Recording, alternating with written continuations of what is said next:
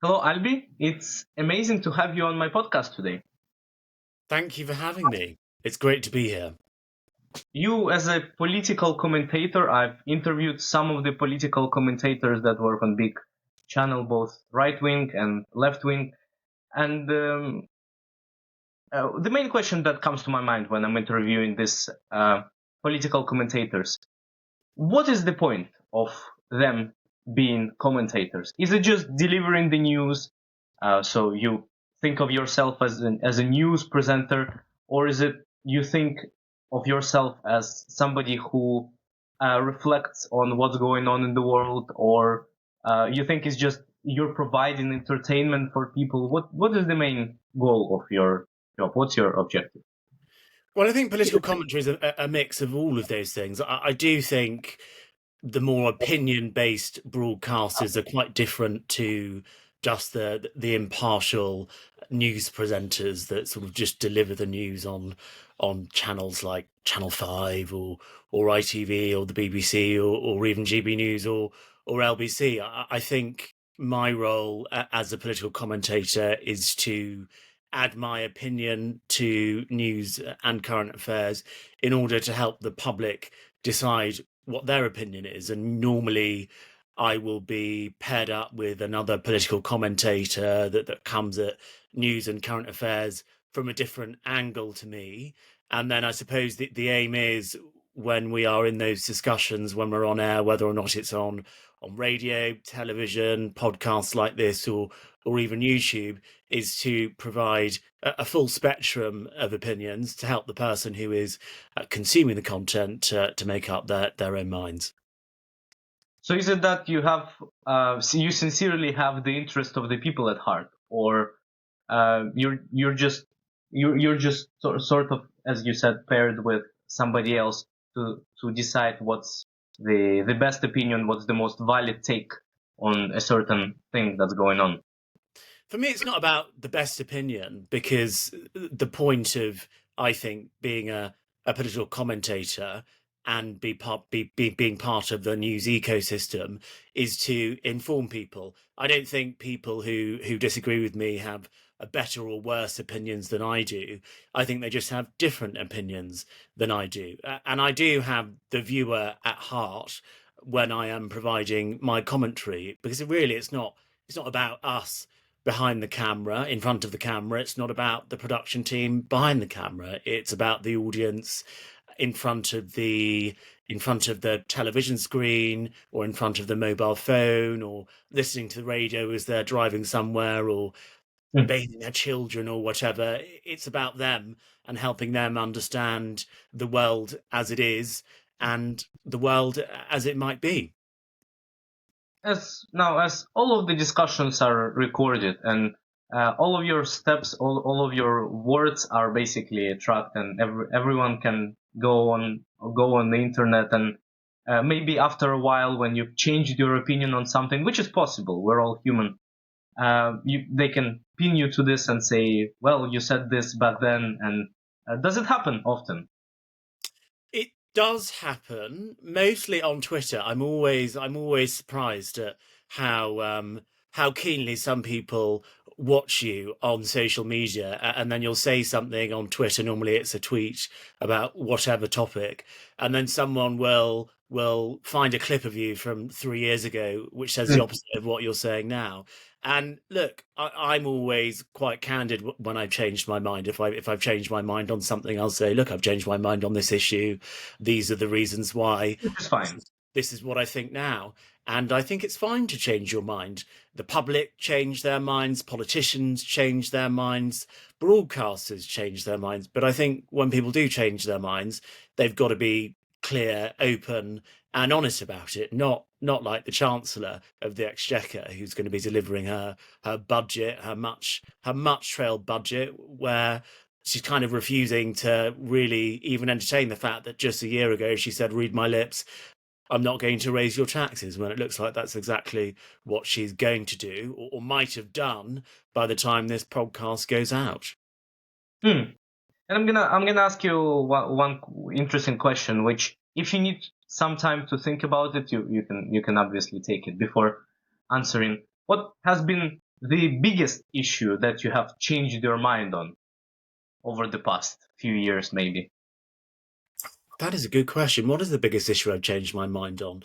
I used to be, I think, like a lot of people in the UK, just quite quietly accepting of net zero because that was sort of seen as the right thing to do. And I remember when I was a child watching the film The Day After Tomorrow and literally thinking that was going to happen. And so we were taught about climate change at school. This film had came out which was massively catastrophizing climate change, basically saying, I mean, it's a Hollywood film.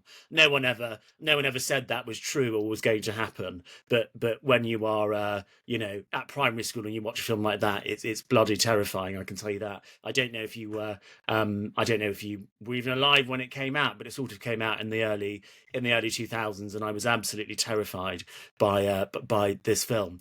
And so I just sort of quietly accepted net zero and any sort of measures that we needed to get there as the right thing to do and as a good thing. And then as time has gone on and I've learned more about the environment, about the planet, about politics, about economics, it has become very clear to me that actually the UK getting to net zero by 2050 is going to have a negligible impact on global emissions. And actually, it's going to harm a lot of people in this country due to cost of living implications of energy costs being very high. And then also industry moving to other parts of the world and the UK just offshoring their CO2 emissions. So that's from a UK perspective.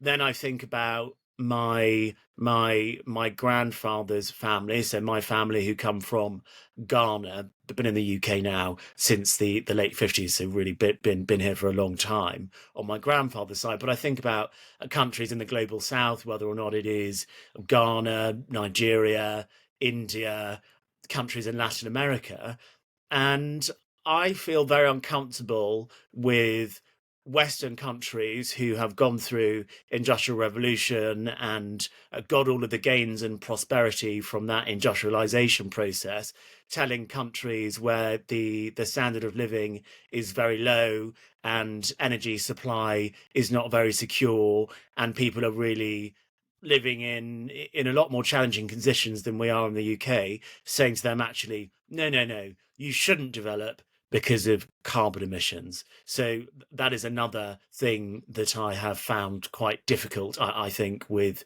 21st century discourse on net zero and environmentalism, is that it can, if done incorrectly, and I think it's being done incorrectly, harm the very poorest and the most needy in society and actually stop countries from developing, which I don't think is an outcome any of us want to see. And I think there is general, from what I've seen, from what I've heard, the interviews I've taken, there is general consensus among both people who are enthusiastic about climate change and those who are not, that even if the UK achieves its climate goals by 2050 or 2030 or whatever they say, it's gonna make a very small margin of what needs to be achieved across the globe. So, maybe just as small as a 1% difference in emissions. maybe even smaller, If we get to net zero by 2050, which is just, I mean, what's the point? So considering all of other issues that the Britain is facing right now, by the way, do you think that Britain is actually in decline as they like to label it in the media, or is just being is the audience and all of the people are just being deliberately psyoped into thinking that Britain is in decline? Look, I think we have to be careful when we talk about how bad things are now. I was actually having a conversation with a friend of mine last night about this very topic. Look, I think it is perfectly reasonable to say that things in the UK are not moving in the right direction when it comes to immigration, when it comes to economic measures, whether or not we're talking about GDP per capita, or whether or not we're talking about productivity, whether or not we're talking about what's going on culturally in this country. I think it's perfectly reasonable to say things are not moving in the direction that we would like them to be moving in, without saying that there has never been a worse time to be alive in the United Kingdom. I often speak to my grandparents, and I would encourage anyone who still has grandparents alive to talk to them to get a sense of perspective on actually what life was like in Britain in the 60s and particularly the 70s, what it was like in the post-war period across the world. It was dreadful. It was really, really crap. In the 70s, people couldn't turn the lights on. The shelves weren't full because of the strikes that were going on at the docks. Britain was really in quite a difficult place. You go back a little bit further to the post-war era, when lots of people were growing up in poverty, in literal slums. People talk about parts of London being slums now. They are not slums compared to what they were when they were actually slums. So I just think we need to be a little bit careful about being over dramatic about the state of play at the moment. No, things are not perfect, but we don't need to be drama queens about it in order to make our point. Right. And do you see any party as a solution to all of this? Because when I look at the party spectrum in the UK, it's pretty much like the party spectrum in the Ukraine. Maybe not as bad as in Ukraine, but it's pretty much seems like it's hard for people to get behind a certain party and support it to the fullest. And when they get to vote and get to vote pretty dominantly towards one of the parties, it comes as a protest vote against another party that has been in power for the latest tens of years. Do you agree with that? I would say that at the moment, I don't know if there is a particular party that I feel could sort things out. I would say there are particular people in political parties who I think have their fingers on the pulse when it comes to Britain's problems and perhaps the types of measures that we need to solve them. I happen to think Kemi Badenoch, the leader of the Conservative Party, is one of those people. Whether or not the Conservative Party and the membership will let her do what needs to be done in order to turn things around, that's another question. Equally, I think there are people in the Reform Party who I would describe as the same. But I think it would be very difficult for Reform, once they're in government, to get some of their programme through without it being considered extremely divisive by the population and parts of the British administration. Equally, in the Labour Party, I think someone like Shabana Mahmood, Maurice Glasman, Lord Glasman, people kind of in the blue Labour movement, are people that have their fingers on the pulse in terms of what needs to be done in order for Britain to get out of the rut that it's currently in. But the problem is that we talk about these individuals.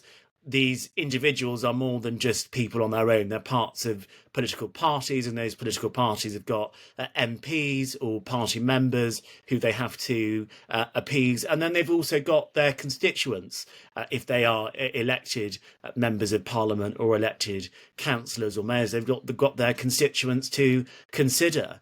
And when push comes to shove, it's all well and good saying, oh, we need to build small modular nuclear reactors in every town across the country. But then when it comes to an election and the people of that town don't want a small modular nuclear reactor built there, normally the elected representative will capitulate to their constituents. So, yes, I think there are certainly people who I think are up to the job, but I think there's something inherent about 21st century democracy that encourages short-term thinking from our politicians. On that nuclear reaction point, which was a bit comical, of course, and a bit absurd, but on expanding on that a little bit, I've heard many times the take that during extreme conditions, which many people think Britain is facing extreme decline, and there needs to be a sort of extreme actions to fix the country, how they say it. To combat all of that, it needs a strong leader, and many describe Nigel Farage as that strong, patriotic, right-wing leader. Do you think he matches those descriptions that people tend to give him? I used to work with Nigel. I think he's a brilliant communicator, but I think his ability as a political leader in charge of government is completely untested. So he might say things that people like, he might do things that people like. The question is would he be able to administer the medicine that this country so desperately needs when in government? And the answer to that question is we just don't know. So there's lots of people talking up Nigel Farage at the moment, and I think that's fair enough. But I think to say he is the Messiah that's going to save the United Kingdom with complete confidence, I don't know how anyone could say that, because there is no evidence to suggest that is the case. Equally, on the other side, though, people that do trumpet Nigel Farage will say, well, look at the other options. You've got the Conservative Party, who were in government for 14 years, and things are as they are, not very good. Not as bad as the 1970s, not as bad as the post-war period, certainly not, but they're not as good as many people want them to be. And then you've got the Labour Party, who was in power for a similar period of time before that, and who are in power now. All right, fine. Perhaps their period from 1997 was more successful than their most recent period in government. But ultimately, there are policies and measures that were taken during the period that Labour has been in power that have been extremely counterproductive, notably on immigration, which is a very hot button issue at the moment. And then the Conservatives didn't help with immigration at all, just upping the ante. So then there would be people who would say, well, if you look at the evidence of the other two political parties, and they have actually been in government, we'll judge them by their actions. Their actions have been crap. So it's not looking good, I don't think, for any of the political parties at the moment. And I think that is what is driving a lot of Nigel Farage's success, as you mentioned before, a protest to a political system that's not served the people of Britain very well over the course of my lifetime, which is just over 30 years. So therefore comes the question, how can we know what the politician is going to be like when we elect him as a prime minister? How can we know what the MP is going to be like? Like, I feel like in politics, people rely on words and narratives and on what parties say too much, when in fact it might turn out to be very different in reality. So what's the best way to approach it when electing another prime minister in future, in what is it going to be, 2029, right? Well, you can't. It's a gamble. What's the best approach to know? You can't know what a politician is going to be like for a set of issues that we don't know what they're going to be like in 4 or 5 years' time, even tomorrow. I mean, if we think back to September 11th, 2001, which is obviously when 9/11 happened, there was an awful terrorist attack that killed thousands of people in New York.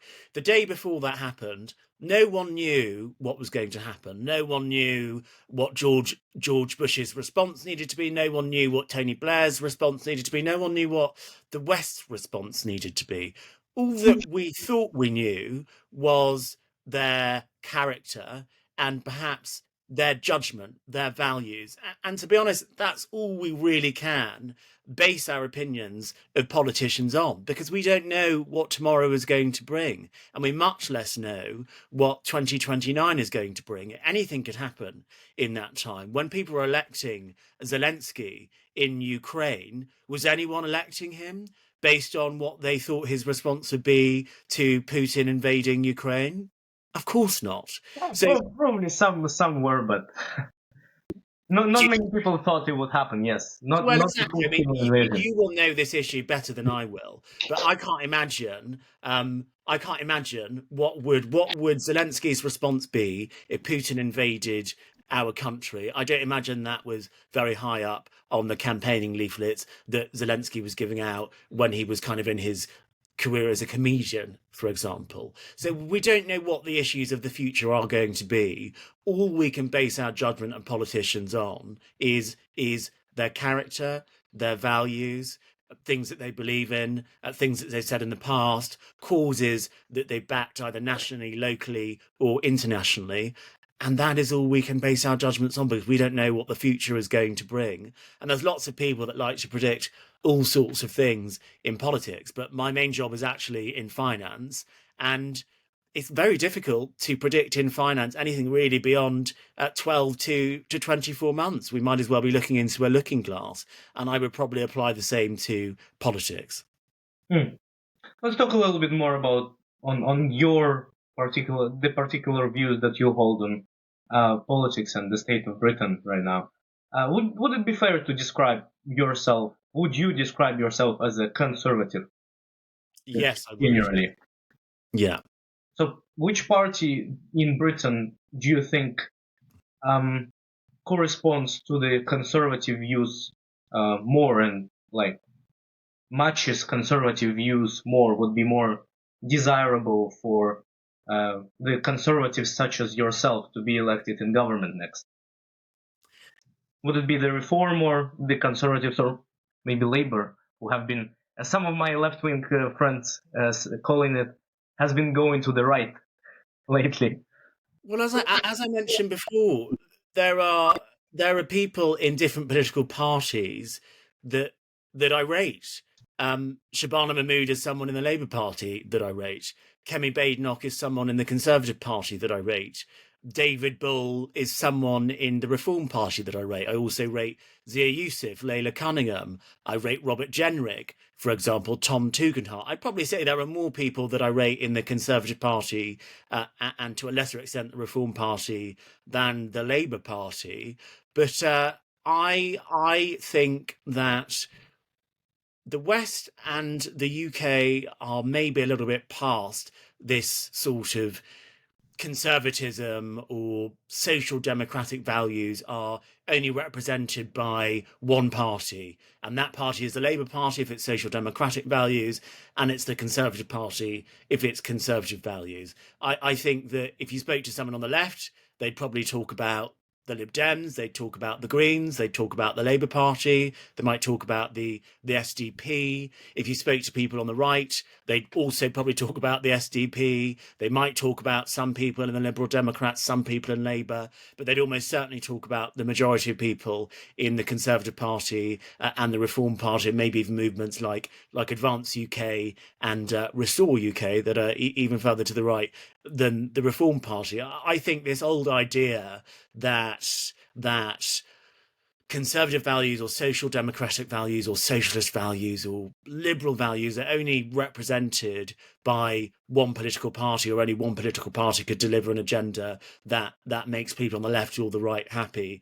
I think we're past that stage, and I think that is borne out in the polling that we see, where we have 5 political parties that are doing quite well in different polls, whether or not that's Reform, the Conservatives, the Liberal Democrats, the Greens, or the Labour Party, or even Plaid Cymru in Wales and the SNP in Scotland. We're in multi-party politics now, and I don't necessarily think the old way of thinking is of conservatism is only represented in the Conservative Party, and social democratic values are only represented in the Labour Party is a particularly helpful way to be thinking about things in 2025.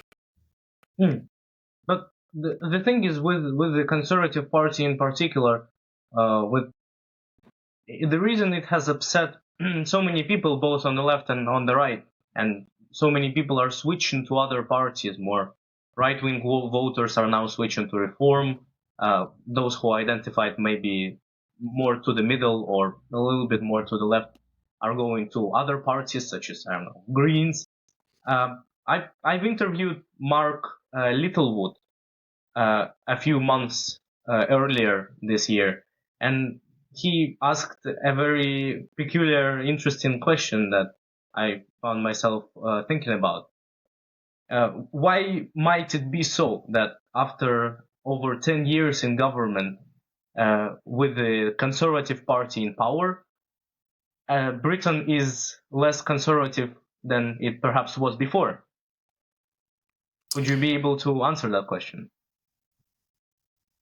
The Conservative Party, when they were in power, I don't think did enough to reverse a lot of the major constitutional reforms that Tony Blair put through, and indeed Gordon Brown put through during that period of government between 1997 and 2010. And then you also have the issue of the economic situation and the demographic situation of the country, which from an economic policy perspective pushes less and less conservative style policies going forward. And I think that is probably best illustrated by the fact that the United Kingdom has an aging population and a shrinking labour force and very low productivity, and that leads to pretty unconservative economic outcomes. It drives immigration because economists will think, well, if people aren't having enough children in the UK, how is it that we get more young working people into the economy? Well, we'll just import them from the global south, and that drives immigration. Then you also have the fact that of the aging population, so demographic changes, and so what does that mean from an economic perspective? Well, that means that year on year, you will have more and more people who are exiting the workforce than who are entering the workforce, more and more people who are aging and will need support from the NHS or the pension system or the welfare system and the benefit system, which is all tied into pensions. Pensions are a benefit after all.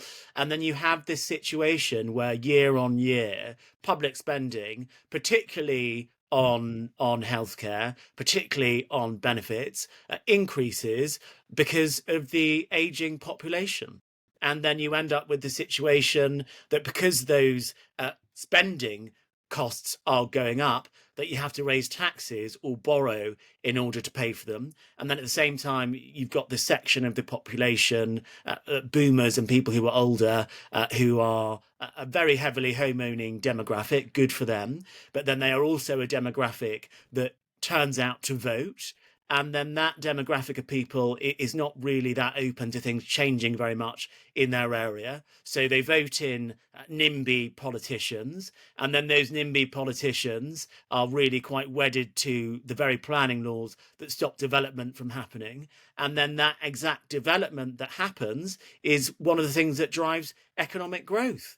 And then so economic growth stifles, and you have this situation where economic growth is flat, immigration is high, public spending is going up, and then you couple that to the fact that the Conservative government did very little to reverse some of Blair's constitutional reforms, and then you get the sort of issues that we've seen with what some people might call woke going mad in our public services and all the issues around the Equality Act. So those are the reasons why I would say that after 14 years of a Conservative government, things didn't really get more conservative. They were pandering to voters on the one hand, and they didn't do enough to actually drive the fundamental constitutional reforms that were needed to perhaps reverse some of the more excessive elements of the Blair settlement whilst the Conservatives were in government.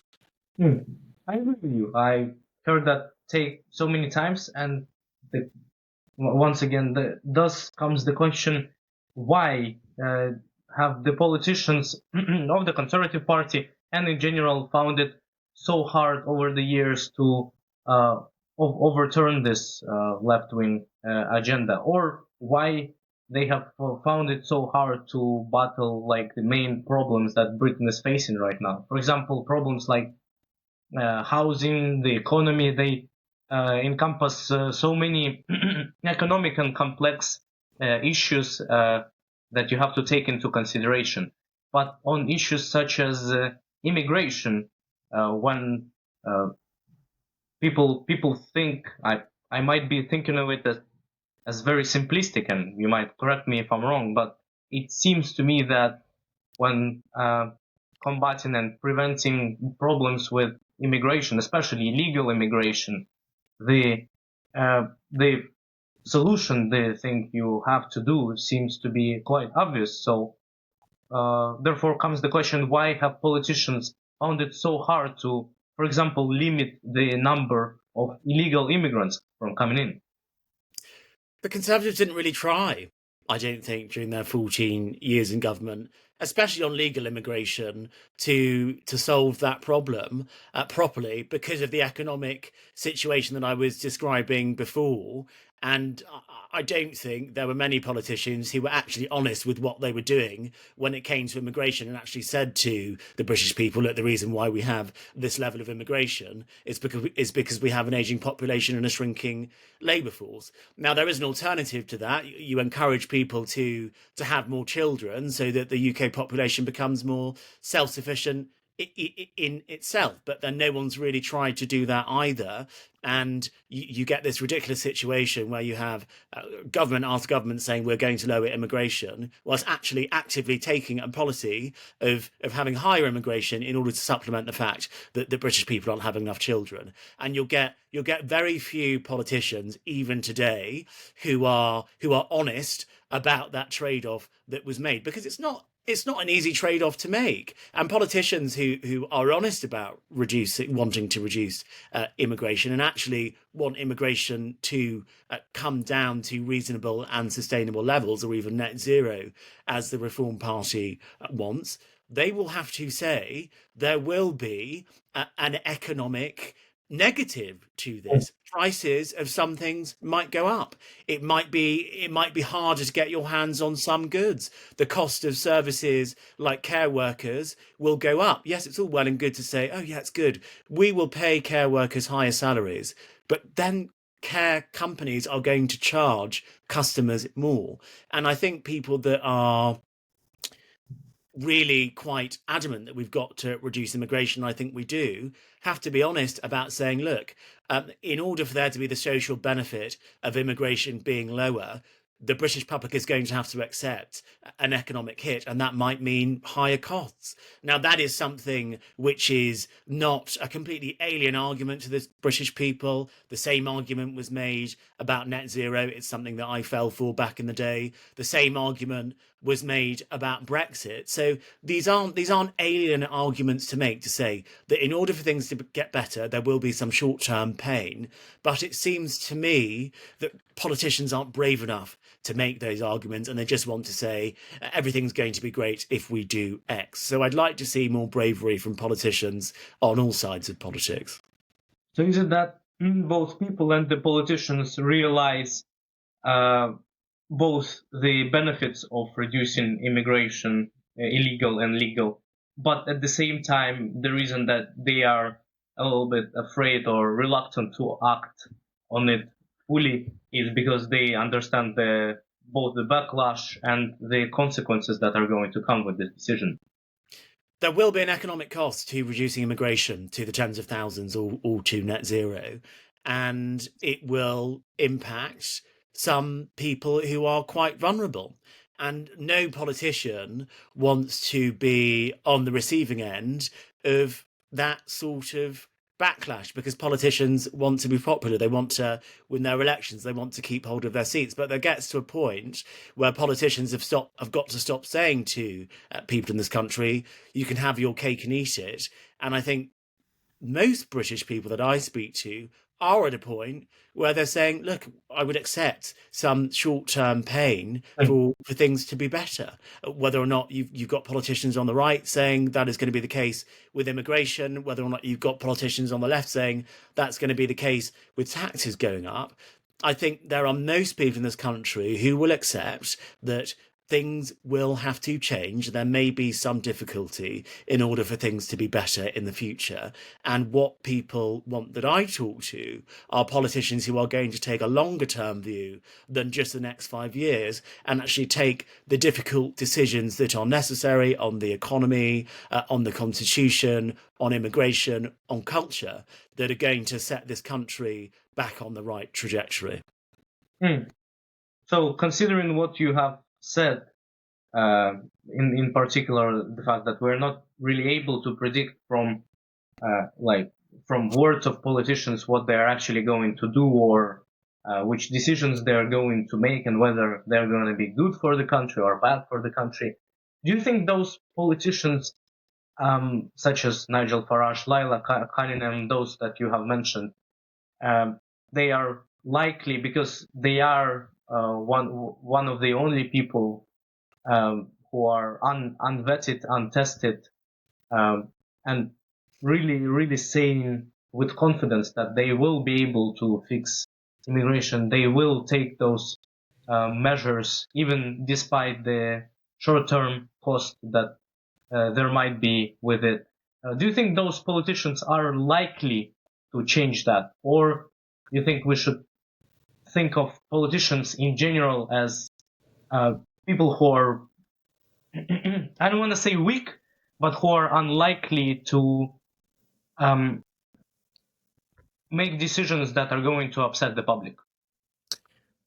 We would undoubtedly be taking a gamble if the country voted in a reform majority government at the next general election. The British public would be taking a huge gamble with people that were totally untested, but probably on the basis that having had hundreds of years of Labour versus Tory, maybe the occasional Lib Dem Conservative coalition, things are where they are, and based on that evidence, maybe there does need to be a change. They'd be taking a gamble. Now, what do I think about Nigel and later in particularly, or whoever from the Reform Party, about their ability to actually do it? I've got absolutely no idea.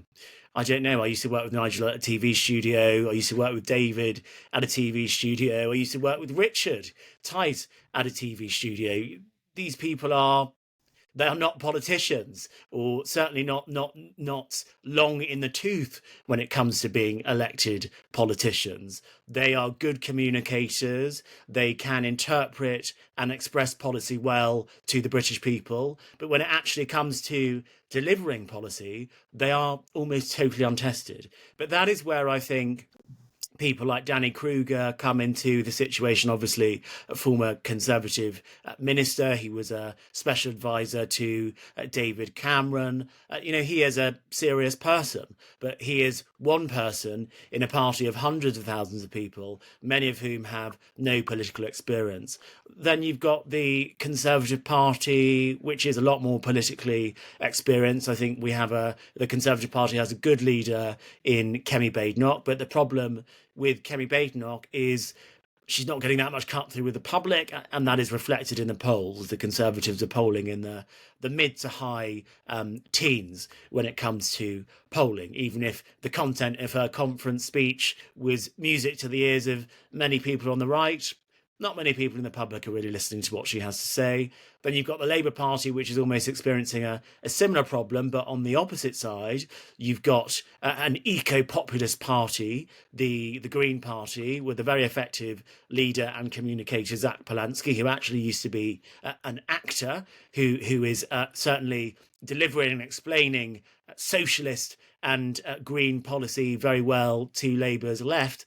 And then you've got quite a managerial and boring Labour leader who is very much underperforming in the polls and in his policy, that he doesn't seem to have much of a vision for the country, who's very technocratically leading his party and leading the country. So I think you've got the two mainstream parties in a similar position, with these much more exciting, much newer leaders on their left and on their right, who are taking up all the political oxygen.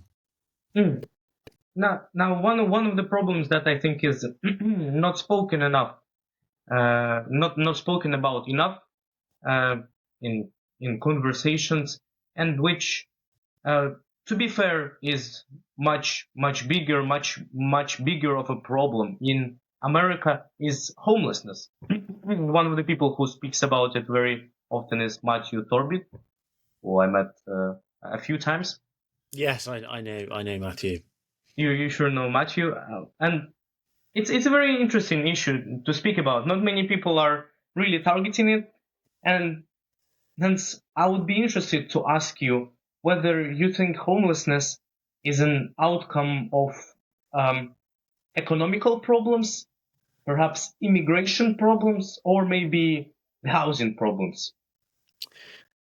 I think it's probably a mix of all of those things that you just mentioned. Maybe to a lesser extent, immigration problems, unless you were to argue, which I think is a reasonable argument, that the population increase of 10 million since the beginning of the century, that being the 21st century, and then 10 million houses just not being built during that period has directly led to the housing crisis, or is certainly a large factor in the housing crisis. I would argue that that was the case. So I suppose That makes sense, yeah.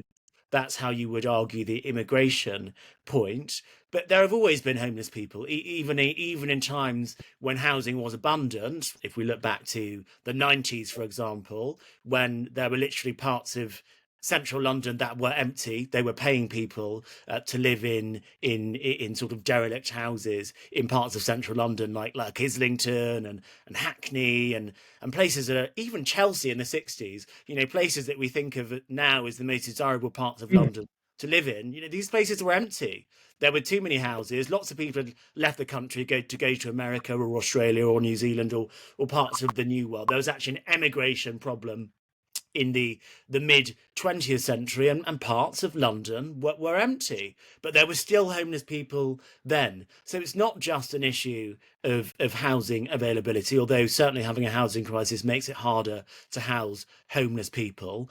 It's a problem that has always been there. Now, my mother's family are from Manchester, and there was really a very profound homelessness problem in Manchester, probably about 5, 6, 7 years ago. And it was actually the pandemic when they housed a lot of people for reasons of public health and public safety that really, parts of central Manchester were totally cleaned up. If we think about the equivalent of Trafalgar Square in Manchester is a place called Piccadilly Gardens, and we would get the train to Manchester from Euston, and you'd get off the train at Piccadilly Gardens. You'd have to go across the city in order to get to Victoria, and then we get the train to my grandma's house, where my mother's family lived, to the east of the city, and there were just homeless people everywhere. I mean, everywhere. Like, it was actually quite uncomfortable and an unpleasant place to be. And that got sorted during the pandemic, and actually a lot of homeless people got rehoused during the pandemic, and this was under a Conservative government. So that does show that when there is the political will to look at the homelessness problem and come up with solutions to it, when there is a national crisis, it can be done, and it was done. But I suppose, how high is homelessness up on the list of issues that people are concerned about? Not very high, because for most people, it doesn't apply to them unless they walk past it and find it very uncomfortable. And it was a huge problem in Manchester. I think it was quite a central part of the now Mayor of Greater Manchester, Andy Burnham's campaign. But that's because ordinary Mancunians were seeing it all the time. In London, it's a little bit more hidden depending on where you live, so it's not really that much of a political issue. And then you look at parts of the country that aren't these big urban areas, homelessness is probably not as much of a political issue, because it's certainly not as visible as it is in the centre of towns and cities. In one of the previous questions, you have mentioned Zach Polanski, and I really think he is an interesting political figure, as you've mentioned, due to the rising popularity of Green Party, regardless of what we think of Green Party, regardless of the reasons to the rise of Green Party, which is because voters don't now have trouble identifying with some of the other parties, so they tend to switch somewhere else. What do you think of Zach Polanski? Is he effective in gathering the support for the party? Clearly, he's very effective at gathering the support for the party. So, yeah. I think the Green Party, I saw a figure the other day that displayed that the Green Party of England and Wales is the biggest Green Party in Europe, even bigger than the Green Party in Germany. And that growth has largely happened under Zach Polanski. They've now got 5 MPs in the Commons, which is about the same amount of MPs as Reform. Yeah. They're polling in the polls at a similar level to the Conservative Party, which is, mind-blowing. And then you've got this very effective, charismatic leader who used to be an actor, which I think has got a lot to do with his appeal and his ability, and probably his lack of grasp of economics is also part of the fact of his non-economic background, but that doesn't really matter to his supporters. But I can certainly see why someone who was disgruntled in the Labour Party, who thought that they were going in the wrong direction, would be wooed by the snake oil salesman that is Zach Polanski, who seems to think wealth taxes are the answer to everything, that we should leave NATO despite having seen Ukraine's experience, having left NATO and being invaded by Russia. You'd think that was a warning to people that said leaving NATO will be fine, but Zach Polanski still seems to think it's a good idea. And there are lots of people who I would say are stupid enough to believe what he is saying is possible, is safe, and will lead to a more prosperous and healthy Britain. And to my knowledge, it has virtually never been so that the leader of the Green Party is featured so much on TV, in debates, on all kinds of TV channels. Or it probably, maybe it comes down to me not knowing all of the other Green Party leaders, but I really don't. There has never been so much spotlight on the leader of the Green Party. There hasn't been, but I think that's for a number of reasons.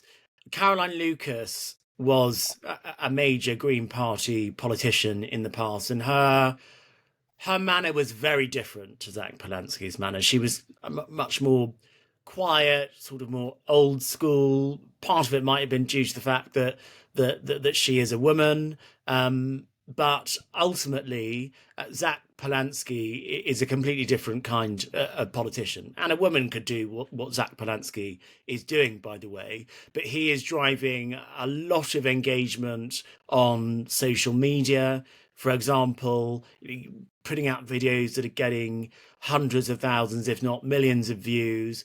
And then, being someone that works in the media, if you're seeing a clip getting millions of views on TikTok or on Twitter or on Instagram, you're going to talk about it on television, you're going to talk about it on radio, you're going to write about it in print media, or you're going to write about it on your Substack.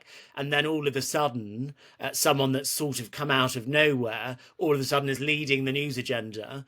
And then because you've got all of these commentators talking about him, you get the producers who say, let's get him on and we can interview him ourselves, because we know that is going to maybe get those millions of people who are watching Zach Polanski's content on social media to watch his content or read his content in traditional media, which is, of course, an industry which is trying to get as many eyeballs as possible and competing with other forms of media for that in a way that they've never had to before.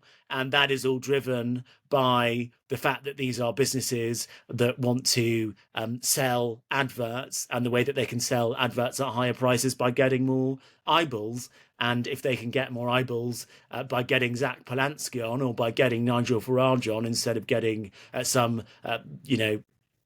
Labour junior minister or Tory junior shadow minister, that's what they're going to do. And of course, there are all sorts of problems and all sorts of consequences that may come with voting one or another party in power in the next general election. But I think there is no denial that the most likely party to come to power as of now is the Reform Party. And there are all sorts of interesting points and all sorts of issues that we have to discuss with Reform coming to power, including those that we have discussed, whether Reform will be able to deliver on the big promises that they make, on the big plans that they set for themselves. But one of the things you have to take into consideration when voting Reform, or when considering them being in power, is probably the fact that they are a very new party, and it comes as a both advantage and disadvantage, because when, let's say, from the business perspective that might be very close to you. When some organization is very new, it also means that all of the things, all of the processes, or of the like the way organization normally functions is not yet set to the level that all of the other businesses are set. So equally, in the same way, we can think of reform as being like the new structure, and many people call it out that the structure of their party is not yet set, and with Nigel Farage as a leader, constantly having conflicts and problems with some of his MPs, and constantly having miscommunications. Does that mean that the Reform Party is less likely to succeed in government, or less likely to form that structure as a party? First of all, I don't know that it is a foregone conclusion that Reform will form the next government. I think one of the things that we will certainly see at the next election, if Reform is still polling as well as it's currently polling, is that we will see, I think, a very strong and coordinated stop Reform vote, whereby whichever party is most likely to beat Reform, apart from the Conservatives, will be voted for in whichever particular constituency. And I think that was illustrated by the Caerphilly by-election in Wales, where Plaid Cymru actually won by quite a large margin. Lots of people thought that was going to be a shoo-in for Reform, that Reform would win because they were leading in the polls. But actually what you saw left-wing voters flocking from the Labour Party to Plaid Cymru and delivering a Plaid Cymru member of the Senedd. Now, I think that's something which we could see happening across the country. So I don't think a Reform government is a foregone conclusion for that reason. That doesn't mean it is unlikely. I just think that's something which needs to temper discourse when we talk about a potential Reform government, i.e. that there is a group of people with which Nigel Farage and the Reform Party is extremely unpopular, and they will do anything in order to stop Nigel Farage and his party being the government of the country post-2029. So I think that's an important thing to consider. But certainly, I think if Reform do win, and they might win, when it comes to Nigel falling out with people, and I talk to people in the Reform Party relatively often, I'm friends with lots of people in the party, I genuinely think there is quite a strong understanding within the party and of Reform members and of Reform MPs and of people who support Reform, that if Nigel Farage was not the leader of the Reform Party, that the popularity of the Reform Party would collapse. And that has, I would say, tempered any dissent of Nigel Farage in the party. We saw figures like Rupert Lowe get ejected from the party. We saw a big falling out with Ben Habib. These are very popular figures within the Reform Party. But really, has that had any impact on Reform's polling? Has that had much of an impact on the trajectory of how many people are joining Reform? No. So I think what that would indicate is perhaps all the people that Nigel has fallen out with and might fall out with have fallen out with him, and those who enthusiastically back him to the hilt are with him and will basically do whatever he says. So I don't think, and maybe this is naive, but I think that Nigel Farage is past that period of having major fallouts with people and that impacting his popularity with the general public.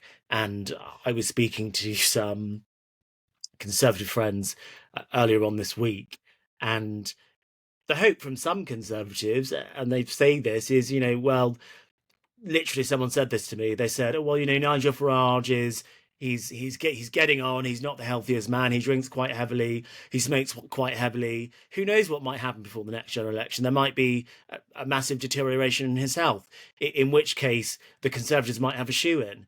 And I said, well, I think it is pretty ridiculous that there are some people who think the only hope for the Tory party is that Nigel Farage gets very unwell. And also, I think there's something quite sinister about wishing someone gets unwell so a political party does better. But if we're thinking about what could stop the Reform Party, it would be if, for whatever reason, Nigel Farage could no longer fulfil his duties as leader, and then I think it would be all to play for. Albi, one of the last questions I have to come to during our interview is the question of whether Jeremy Corbyn and Sultana party is ever going to achieve any success. Is it likely to draw the voters to them as he probably wants to draw all of the voters who are voting Labour, or the majority of them, to his party? I've spoken to some Labour lords, Labour MPs, and one of them described Jeremy Corbyn as, quote, not a team player, which is, to the opinion of that person, is a very significant thing to have in politics, a very significant trait to have in politics. Have to be a team player, especially in the electoral system of Britain. Do you consider Corbyn as a genuine threat to, let's say, Reform or Labour? Is it genuinely likely that Jeremy Corbyn with his party is going to achieve success? If your party can get their act together, I think they could be quite a strong political force on the left. You've got to remember that quite often there are conversations about Nigel Farage's popularity on social media. Up there in popularity on social media is Zara Sultana, is Jeremy Corbyn. And despite the shambles of the launch of your party, or whatever it's going to be called once they eventually vote on it, and the conference, which is just kicked into the long grass every week, if they can get their act together, they could be a significant political force on the left, especially if they combine forces with Zach Polanski and the Green Party. That would be a formidable force. Well, the question is, can they get their act together? It seems that Zara and Corbyn are not getting on. Zara's holding rallies with thousands of people and not inviting Jeremy Corbyn. Then Jeremy Corbyn's organising other rallies, or so it's reported. And the whole thing just seems a mess. I mean, I've met Zara before. She was once this left-wing panellist when I was on a show on Channel 5. And, of course, we had very spirited arguments when we were on air. But we're the same age, we're a similar age, so there's lots of things that we had in common that we're talking about in the ad breaks and things like that. So I think she's a perfectly capable politician, not someone who I share politics with. But I've got respect for someone who is the same age as me or a similar age as me, doing the types of things that she's doing. But they need to get their act together. They need to sort themselves out. Otherwise, they're going to give Zach Polanski all of the positives from Labour doing so badly whilst they're in government. So the final question is, what needs to happen? Because we can see the Reform sort of getting the eyeballs of some of the younger voters, which was thought of as virtually impossible before Reform came to the political spectrum.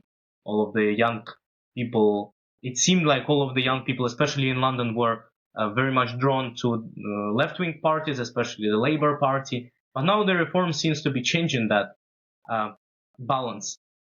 So what do you think needs to happen for young people to be more encouraged to join, especially parties like the Conservatives, which I think they are not at all encouraged in joining?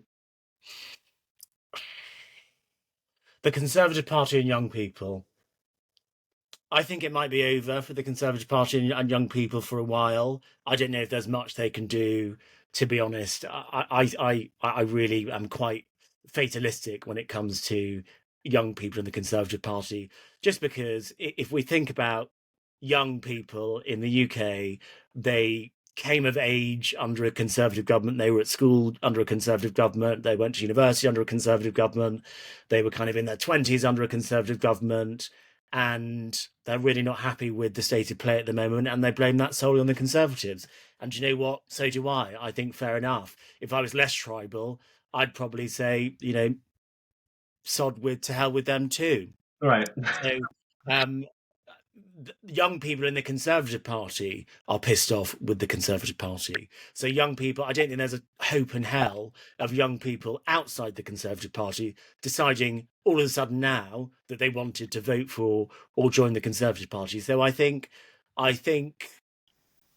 for now that ship has sailed, certainly in the short term, and maybe after the next election, the Conservatives can start to rebuild their credibility with a part of the population that they utterly screwed over when they were in power, and I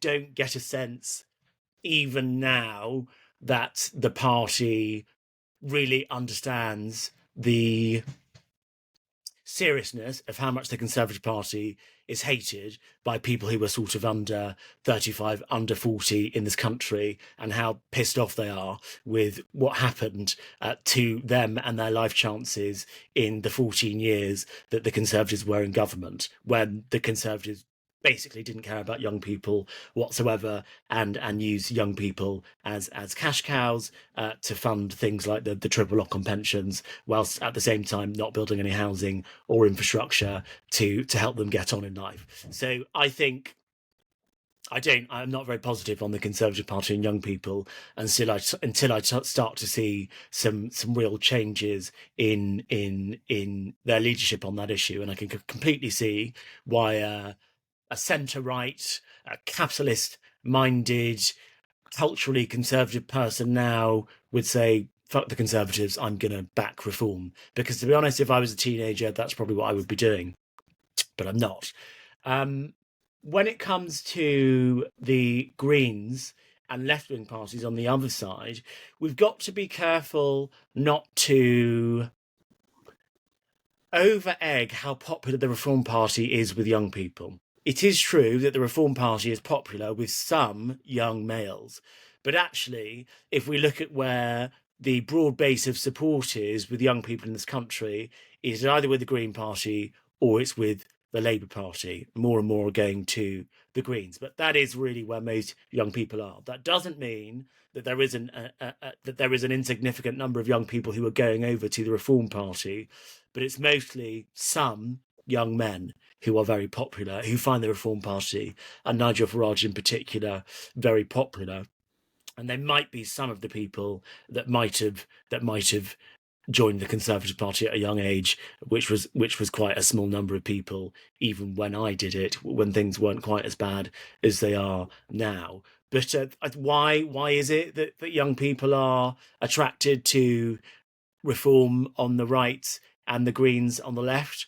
Well, because they don't have the baggage of the last 20 years of either the Conservatives or the Conservatives and the Lib Dems or the Labour Party. They don't have that baggage of a period of time where politicians basically disregarded everyone under a certain age, everyone born after 1980, let's say. And I think that is something that a lot of people born after that time period feel very strongly, and they want a new politics. And that's why Corbyn was so popular, and for the same reason Farage is very popular, and for the same reason Polanski is very popular, because they want a new politics which is going to deliver for young people the type of lifestyle they thought they were going to have, they were told they were going to have when they were growing up.